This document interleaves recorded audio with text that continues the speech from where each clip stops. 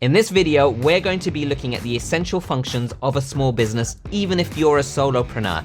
It's important to understand what those functions are and how you go about creating an organizational structure and an org chart for it. Yes, even if you're one person, you still need to have an org chart and an organizational structure for your business if you're going to be the CEO of your business, so that you can have the business you set out to have without sacrificing your sanity. But before we get on with the video, please hit that like button and that subscribe thingy and the notification bell, because when you hit the notification bell, every Wednesday I release a new video. YouTube gives you a ding-a-ling, brings you joy and happiness. So please hit it. Okay? Thank you very much. Let's get on with the video. Hit it. So time and time again, I come across small business owners and entrepreneurs and solopreneurs, and they come to me and they say, Tamara, I am working 10, 12, 15, 16 hours or more a day. I am burning the midnight oil. I am working 7 days a week, and if there were 8 days in a week, I would be working 9, and I cannot keep up with this. There is no way this is sustainable. I got into business in the first place so that I can have flexibility and the freedom and all of that good stuff, and I've got none of it. What's going on? Is this whole business thing a big lie, or what? It was a scam. I got into it. No, it's not a scam, but we've all been there as well. If anyone tells you, if any business owner tells you that they have had it easy, then they're flat out lying, because we've all been there. But what we've done is we've found a better way. And this better way is being able to be the CEO of your own business, or work on the business rather than inside it. And the sooner that you get to that position inside your business, onside your business, if you get to that position, as soon as you can get to that position, the better. So how do we go about doing this? If you have a look at this video up here, I talk about the role of a CEO and how to run your business like a CEO in terms of the strategy, in terms of being able to set a vision and in being able to work on the business, communicating your vision and strategy, hiring and building a team, as well as making sure that you've got enough money in the bank. And in this video, I talk about when you should start hiring and how you go about doing it. And this video particularly kind of ties the two together, because what you need to do is, once you understand what your role is as a CEO and how and when you should start hiring and building a team, what you need to know is, okay, so what are the functions in my business? What are these essential functions, and what roles do I need to fill so that I can actually deliver the business and the services or the product that I need to have inside my business? So the next step, what I would typically suggest is basically say, right, okay, so if you are thinking about your business strategically, map out what your business is going to look like in 3 years' time. Map it out and say, right, this is what my business will be like. Now, dream a little bit here, but dream sensibly and make sure that it's feasible, and say, this is what my business is going to be like, and this is how it's going to operate, and these are the functions and the roles inside my business that I will need to make that business work in 3 years' time. And draw out an organizational chart for it now. And I guarantee, and I almost guarantee, that you are trying to run all of these roles and do all of these roles right now, today.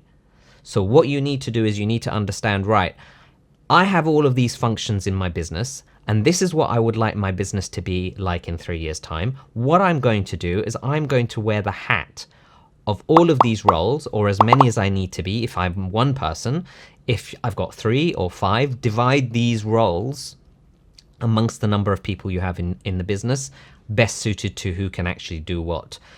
And then on a given day, you wear that hat and you say, today I'm going to be sales, tomorrow I'm going to be marketing, tomorrow afternoon I'm going to be operations, and so on and so forth. And what we're going to do is we're going to break down in this video the essential functions within a business, so that you can understand what you can put through on your organizational chart and your structure, for want of a better phrase. So what we're going to do is we're going to say, right, here are the roles that I need to have in my business in 3 years' time, and here are the functions that I have inside my business, and work towards them. So let's have a look at what the most important functions inside a business are, inside a small business, and let's start breaking them down one by one. So in no particular order, the first function that I'm going to talk about is the finance function. After all, business is about making money. And every single business, no matter what size it is or what industry it's in, is going to have a finance function. And it's also part of the role of being a CEO is to ensure that you've always got enough cash in the bank. Now, I'm not suggesting that you go away and do all of the financial sort of aspects that you need to do in your business. Actually, it's one of the first things that gets outsourced out to a bookkeeper or to an accountant. But as the company grows and the financial activities become more and more, you will probably need to bring in people in-house into the business, as well as grow an entire finance department and have a CFO.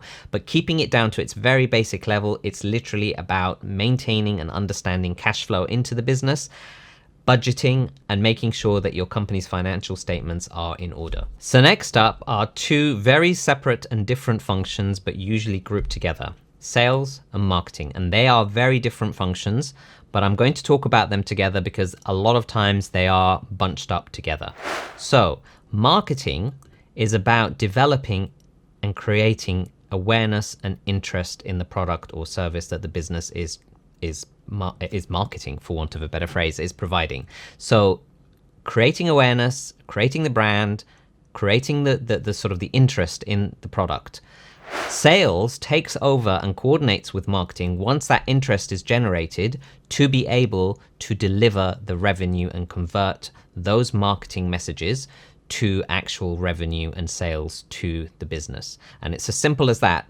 And traditionally, they were very, very separate things, but as technology has evolved and websites have kicked in, and there has been a sort of a blend between the two, and that's why a lot of times they are treated as one division or one function, but they are actually technically two very different functions. And when you are drawing up your organizational chart, make sure that you understand that as your business grows, how much marketing do you want in terms of the function, and how much sales, and what technology and human resource roles are going to play a part in what you need your business to achieve. So once you've sold your product or service, next up is customer support and customer service. And that's another function which typically doesn't play a big role when you're very small. But as the number of sales that you have increases, the amount of after-sales support and customer service that you need to provide is going to increase. So bear that in mind when your company is growing and when your business is growing, that customer service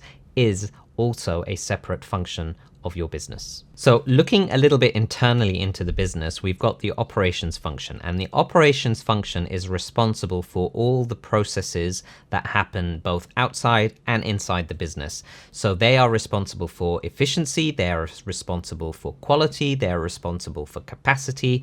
And remember what we've been talking about in a lot of the videos that I've had in terms of the systems and the processes being very, very important if you're going to run your business as a CEO, where things can be repeated and things can be of high quality, and you can hire in people who can actually replicate what you do, and so on and so forth.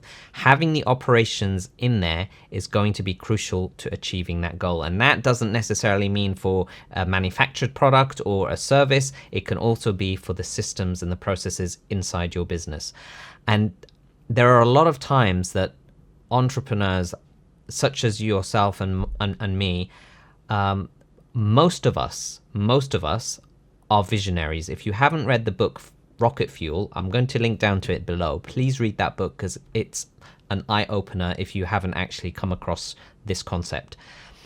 You're either a visionary or an integrator, and most startup entrepreneurs or small business owners are visionaries, where they have the shiny object syndrome, where they'll be like, "Ooh, look, I can do this. Let me create this. What an amazing idea. Let's do it. Let's have a go. Okay, now it's time to sell it. Ooh, shiny object. Look at this." And they've left the other one behind. I've been there. Don't worry. I'm not making fun of you. I've been there. I'm just talking about myself as much as anyone else.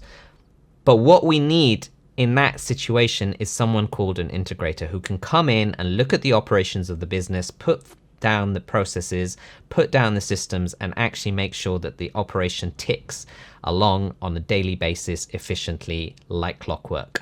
And we can go away and be the visionaries and come up with concepts and ideas and all of these things. You're either going to be a visionary or an integrator. If you're a visionary, great, do that and get an integrator, someone in operations, to be able to make sure that the company runs efficiently. If you're an integrator and you love processes and spreadsheets are your thing and all of these things, fantastic. Do that and get someone who's a visionary who can actually have a foresight to really scale and grow the company. It's very, very rare that you can do both of these things like effectively together. So that's why if you're going to scale a business, at the very minimum, you're going to have two of these two people inside the business so that we can actually A, come up with amazing ideas, and B, make sure that the business runs efficiently. And that's why as a business grows, you're going to have the CEO, who is the person who's laying down the strategy and the vision, and you've got the COO, who's the chief operating officer, who makes sure that all the operations within the business are working like clockwork. So another very important function in any business is the admin/management side of things. And the admin is more about the business planning and the reviews and the admin stuff, which is incredibly exciting.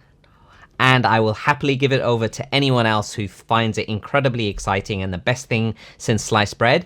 Whereas the management and the strategic planning and the strategic decision making and all of these kind of things are stuff that I will find incredibly exciting and somebody else will find incredibly boring, and they will say, don't like sliced bread anyway, don't like the stuff.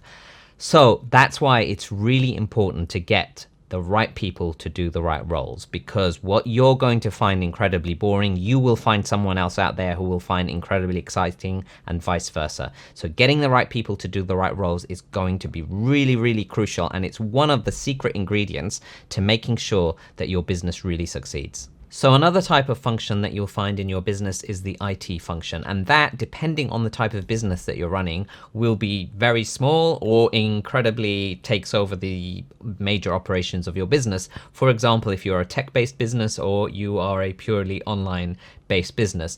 But in general, an IT function will predominantly be there in nearly all cases now of business. And if you don't have an IT function, then welcome to 2020. Time to have an IT function. So this type of function is typically in a small business completely outsourced, and that's the legal function. But it is a really, really important function to be on top of in your business so that you do not trip up and do not get caught out. It can be anything from drafting up contracts to the structure of your business to, looking at legal aspects of deals and acquisitions, so on and so forth. Make sure you understand what legal aspects you need to be on top of in your business and make sure that it's catered for and accounted for. So depending on the type of business that you have, some of these functions may also be relevant to you. So I'm going to list them very quickly. So for example, research and development, R&D. If you've got an innovative product or solution, you may have an R&D function. Also, you may have a production function if you have a manufacturing based product. Similarly, you might have a distribution function where you're distributing and you've got distribution channels for the product or service that you are actually providing. So these are some other functions that may also be part of your business, and it's going to depend on the business that you have to decide whether or not it's relevant to you. So here's one that not a lot of people talk about, and that's the purchasing function. And yes, in the beginning, most likely you're going to be the purchasing function person. But as your business grows, and depending on what type of business it is, these are going to be equipment, supplies, IT, software, and so on and so forth. And if it's a product, it might be raw materials, so on and so forth. The purchasing function is going to get larger and larger, and it's going to get out of control if you just try and keep it in your control. So the idea behind this, and actually the idea behind all of what I've been saying, is once you identify all of the functions that you are operating in your business, within your business, map out this organizational structure, put yourself at the top, and then put down the admin, and then the operations, and then the sales and the marketing, and so on and so forth, and draw out this organizational structure of what it would look like for your business in 3 years' time. And understand that all of these functions are not you. And if they are just you at the moment, then congratulations, you are Superman and you are Superwoman. But if you carry on like that, like I've mentioned before, you will burn out. So the idea behind it is, once you begin to understand that these are other functions that are not your responsibility, because your responsibility as a CEO is to put down the strategy, communicate the strategy, build your team, so on and so forth. Make sure there's enough cash in the bank, as we mentioned in this video here, which is how to run your business like a CEO, part 1. So once we understand that that's your role, all of these other functions are not your role, and they need to be given to the right people as soon as is practically possible and when it makes business sense. And that is how you start growing and building your business like a CEO, and you begin to understand that actually you do not need to do absolutely everything inside the business. In fact, you should not be doing that. Now, if you're interested to find out a little bit more about this, I've got a link down there below where you can download a free document which will walk you through these different functions within your business, and it will help you. It will give you some examples of different organizational charts, and it will help you build out your own organizational chart and structure for your business and understand the roles and the functions within your business. So the link will be down below in the description. Click on it and it will take you to a link where you can download it. So that's it for now. Please like and subscribe, and I'll see you next time.